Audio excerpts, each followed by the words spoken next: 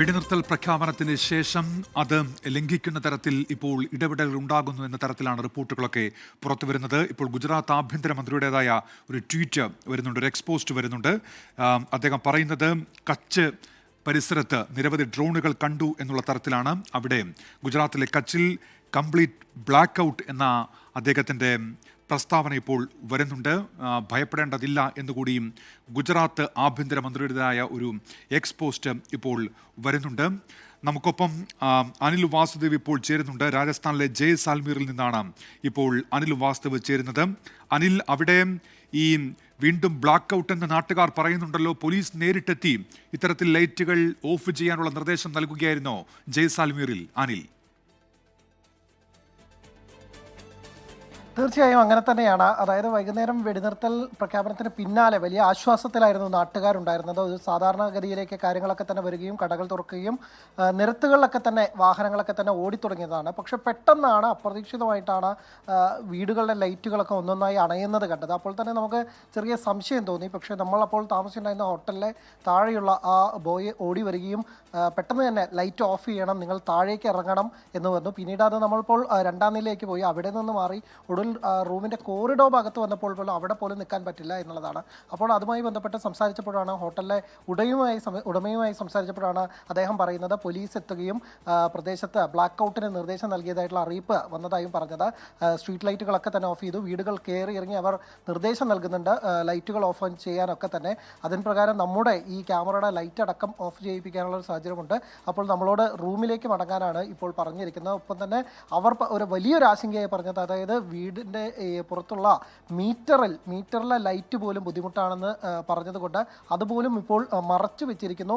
ഒരു തരി വെട്ടമില്ലാത്ത അവസ്ഥയാണ് ഇപ്പോൾ എന്നുള്ളതാണ് ഇപ്പോൾ നമുക്ക് ജനൽ വഴി പുറത്തേക്ക് നോക്കുമ്പോൾ കാണുന്നത്. ഈ പ്രദേശത്തിന് തൊട്ടടുത്ത് തന്നെയാണ് ഈ ജയ്സാൽമീർ എയർപോർട്ട് അടക്കമുള്ളത്. അപ്പോൾ അവിടെ നിന്നുള്ള ചില വെളിച്ചമൊഴിച്ച് ഈ പ്രദേശത്ത് മൊത്തം വീണ്ടും ഇരുട്ടിലേക്ക് പോയതാണ്. കഴിഞ്ഞ 2 ദിവസങ്ങളിൽ ഈ പ്രദേശത്ത് വലിയ രീതിയിലുള്ള ഡ്രോൺ ആക്രമണങ്ങളൊക്കെ ഉണ്ടായി. അപ്പോൾ ഇന്ന് അത് മാറി ആളുകളൊക്കെ തന്നെ ആശങ്കയൊക്കെ തന്നെ ഒഴിഞ്ഞൊരു നല്ല ഉറക്കത്തിലേക്ക് പോകുമെന്ന് കരുതിയിരുന്നായിരുന്നു. ഇന്ന് തെരുവിലൊക്കെ തന്നെ കുട്ടികൾ കളിക്കാനിറങ്ങി, ക്രിക്കറ്റ് കളിക്കാനൊക്കെ ഇറങ്ങി അവർ ഒരു വലിയ സന്തോഷത്തിൻ്റെ പാതയിലായിരുന്നു. പക്ഷേ അത് ഏതാനും മണിക്കൂറുകൾ മാത്രമാണ് അതിന് ആയുസുണ്ട് എന്നുള്ളത് മാത്രമാണ്. പക്ഷേ ഇവിടെ ഇതുവരെ ആക്രമണങ്ങളോ അങ്ങനെ അനിഷ്ട സംഭവങ്ങളോ ഒന്നും തന്നെ ഉണ്ടായിരുന്നില്ല. കഴിഞ്ഞ ദിവസങ്ങളിലൊക്കെ തന്നെ ഏതാണ്ട് ഈ ഒരു 10 മണിയോടുകൂടി അല്ലെങ്കിൽ രാത്രി ഘട്ടങ്ങളിലാണ് മൊത്തം ഡ്രോൺ ആക്രമണങ്ങൾ ഉണ്ടായത്. അപ്പോൾ ഇന്ന് അതുണ്ടാവില്ല എന്ന് വലിയൊരു ആശ്വാസത്തോടു കൂടി ഇരിക്കുകയാണ്. അപ്പോഴാണ് ഇപ്പോൾ ആശങ്കപ്പെടുത്തുന്ന തരത്തിലുള്ള വാർത്തകൾ വരുന്നത്. പക്ഷേ ഇതുവരെ അത്തരം സംഭവങ്ങളൊന്നുമില്ല എന്ന വലിയ ആശ്വാസമുണ്ട്. ഇനി ഉണ്ടാവാതിരിക്കട്ടെ. ആളുകൾക്ക് ഈ ബ്ലാക്ക് ഔട്ട് എന്നുള്ളത് ഒരു കരുതൽ നിർദ്ദേശത്തിൻ്റെ ഭാഗമായി മാത്രമായി മാറട്ടെ. ഇവിടേക്ക് അത്തരത്തിലുള്ള അനിഷ്ട സംഭവങ്ങളൊന്നും ഉണ്ടാവട്ടെ എന്ന തരത്തിലാണ് നമ്മളും ഇപ്പോൾ ആഗ്രഹിക്കുന്നത്. എന്തായാലും കനത്ത ജാഗ്രതയിലാണ്, കനത്ത ആ ഒരു കരുതലിലൂടെ തന്നെയാണ് ഇപ്പോഴും കടന്നു പോകുന്നത്. നേരത്തെ സൈന്യവുമായി ബന്ധപ്പെട്ട ചില ജില്ലാ അഡ്മിനിസ്ട്രേറ്റീവുമായി ബന്ധപ്പെട്ട ആളുകളൊക്കെ തന്നെ നമ്മൾ സംസാരിച്ചപ്പോൾ അവർ പറയുന്നത് കരുതലുണ്ട്. ഈ വെടിനിർത്തൽ പ്രഖ്യാപനം വന്നപ്പോൾ പോലും എല്ലാ തരത്തിലുള്ള എത്രയാണോ കഴിഞ്ഞ ദിവസങ്ങളിലൊക്കെ തന്നെ കൊണ്ടുവരുന്നത് ആ തരത്തിലുള്ള സുരക്ഷയും ക്രമീകരണങ്ങളും ഒക്കെ തന്നെ തുടരും എന്ന് പറഞ്ഞു. ഇവിടെ നിന്ന് ഏതാണ്ട് ഒരു 40 കിലോമീറ്റർ അത്രയും താഴെ മാത്രമാണ് ഈ പ്രദേശത്തേക്ക്, അതിർത്തി പ്രദേശത്തേക്കുള്ള വളരെ അടുത്ത് തന്നെയാണ് എത്തിപ്പെടാവുന്ന ഒരു പ്രദേശം തന്നെയാണ് ഈ ബാർമർ എന്ന് പറയുന്ന അടുത്തുള്ള സ്ഥലം. ഇപ്പം തന്നെ അതിനേക്കാൾ അടുത്തുള്ള ഒരു പ്രദേശം കൂടിയുണ്ട്. അപ്പോൾ ആ ഒരു കണക്കിലെടുത്ത് തൊട്ടടുത്ത് ഈ ടെറസിന് മുകളിലൊക്കെ തന്നെ കയറിയാൽ പോലും ഡ്രോൺ ആക്രമണങ്ങൾ ഇന്നലെ കണ്ടു എന്നാണ് ഇവിടുത്തെ ഈ ഹോട്ടൽ ഉടമയടക്കം പറയുന്നത്. എന്തായാലും ഇന്ന് അത്തരം അനിഷ്ട സംഭവങ്ങൾ ഉണ്ടാവട്ടെ, ആളുകൾ ഈ ബ്ലാക്ക് ഔട്ടിനെ അതിജീവിക്കും. പക്ഷേ വീണ്ടും ഒരു ഡ്രോൺ ആക്രമണം ഉണ്ടായാൽ എത്ര ദിവസത്തേക്ക് ഇത് തുടരുമെന്നോ അല്ലെങ്കിൽ അത്തരം ആശങ്കയോടുകൂടി കഴിയേണ്ടി വരുമോ എന്നുള്ളത് നമുക്ക് സാധിക്കില്ല, അത് കണ്ടു നിൽക്കാൻ സാധിക്കില്ല. ഒപ്പം തന്നെ കുട്ടികളുടെ മുഖത്തൊക്കെ ഇന്ന് വിടർന്ന ആ പുഞ്ചിരി വീണ്ടും ആശങ്കയിലേക്കോ അല്ലെങ്കിൽ ഞെട്ടലിലേക്കോ പോകുന്നതും നമുക്ക് ഒരു തരത്തിലും കണ്ടു നിൽക്കാനാവില്ല. ഉന്മേഷ്. അനിൽ വാസുദേവാണ് ഇപ്പോൾ രാജസ്ഥാനിലെ ജയ്സാൽമീറിൽ നിന്ന് വിവരങ്ങൾ നൽകിയത്. അവിടെ ബ്ലാക്ക് ഔട്ട് പ്രഖ്യാപിച്ചിരിക്കുന്നു. പോലീസ് നേരിട്ടെത്തി നിർദ്ദേശം നൽകുകയായിരുന്നു, വിളക്കുകൾ അണയ്ക്കാനുള്ള നിർദ്ദേശം നൽകുകയായിരുന്നു. ആ മേഖലയിലൊന്നും ഒരു തുള്ളി വെളിച്ചമില്ല എന്നാണ് അനിൽ വാസുദേവ് ഇപ്പോൾ അറിയിക്കുന്നത്. അനിൽ താമസിക്കുന്ന ഹോട്ടലിൻ്റെ ഉടമയോടക്കം സംസാരിച്ചപ്പോഴാണ് ഇത്തരം വിവരങ്ങൾ അവർ കൈമാറിയത് എന്ന് പറയുന്നുണ്ട്. ആ മേഖല പൂർണ്ണമായും ഇരുട്ടിലാണ്. അത് ഔദ്യോഗികമായി തന്നെ അവിടെ ഭരണ സംവിധാനങ്ങൾ നൽകിയ നിർദ്ദേശത്തിൻ്റെ അടിസ്ഥാനത്തിലാണ് അവിടുത്തെ ബ്ലാക്ക് ഔട്ട് എന്ന് അനിൽ വാസുദേവ് അറിയിക്കുന്നുണ്ട്.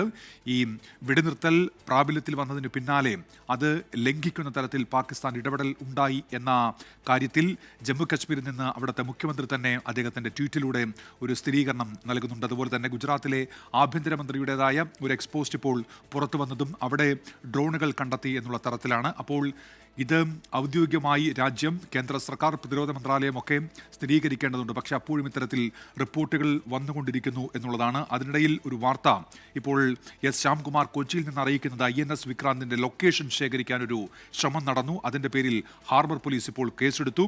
നേവൽ ബേസ് ആസ്ഥാനത്ത് പ്രധാനമന്ത്രിയുടെ ഓഫീസിൽ നിന്ന് എന്ന പേരിൽ ഒരു കോൾ എത്തി. അതിന്റെ അടിസ്ഥാനത്തിൽ നേവി പരാതി നൽകി ഇപ്പോൾ കേസെടുത്തിരിക്കുന്നു ഹാർബർ പോലീസ് എന്നുള്ള വിവരം കൂടി പുറത്തു വരുന്നുണ്ട്. വിനീത VG ഇപ്പോൾ ഒരു കാര്യം അറിയിക്കുന്നത് പഞ്ചാബിൽ നിന്നാണ്. പഞ്ചാബിലെ മോഗയിൽ വൈദ്യുതി വിച്ഛേദിച്ചിരിക്കുന്നു എന്നുള്ള കാര്യം കൂടി ഇപ്പോൾ വിനീത അറിയിക്കുന്നുണ്ട്. അതായത് അതിർത്തി മേഖലകളിൽ ചിലയിടങ്ങളിൽ ഇപ്പോൾ വൈദ്യുതി ബന്ധം വിച്ഛേദിച്ചിരിക്കുന്നു, ബ്ലാക്ക് ഔട്ടിലേക്ക് പോകുന്നു.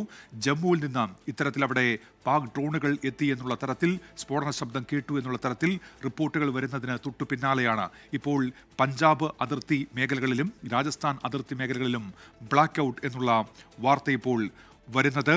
അതോടൊപ്പം തന്നെ ഈ BSFുമായി ബന്ധപ്പെട്ടും ചില വിവരങ്ങളൊക്കെ പുറത്തു വരുന്നുണ്ട്. ഈ വെടിവെപ്പ് നടന്നു അതിർത്തി മേഖലകളിൽ, BSFന് തിരിച്ചടിക്കാനുള്ള സ്വാതന്ത്ര്യം നൽകിയിരിക്കുന്നു എന്നുള്ള തരത്തിലുള്ള റിപ്പോർട്ടുകൾ ഇപ്പോൾ വരുന്നുണ്ട്. ഏതായാലും വെടിനിർത്തൽ പ്രാബല്യത്തിൽ വന്ന് എന്ന് കരുതി ആശ്വസിച്ചിരിക്കുമ്പോഴാണ് ഇപ്പോൾ ഈ ഡ്രോണുകളുടെ കാര്യവും ഒപ്പം ഷെല്ലാക്രമണത്തിൻ്റെ കാര്യവുമൊക്കെ വീണ്ടും റിപ്പോർട്ടുകളായി വരുന്നത്.